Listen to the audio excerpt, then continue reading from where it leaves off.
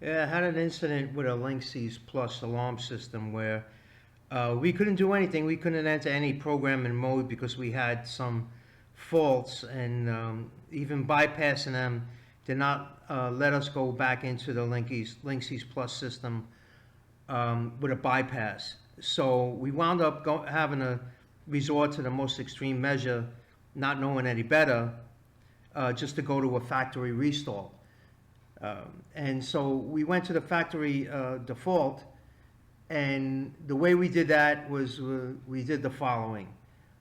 We opened the unit, and we removed the AC power. Then we removed the backup battery connection.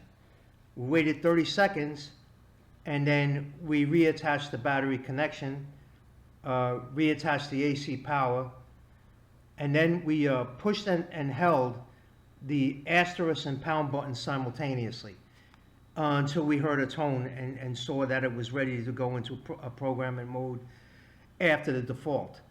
Then the default is not 4112 anymore.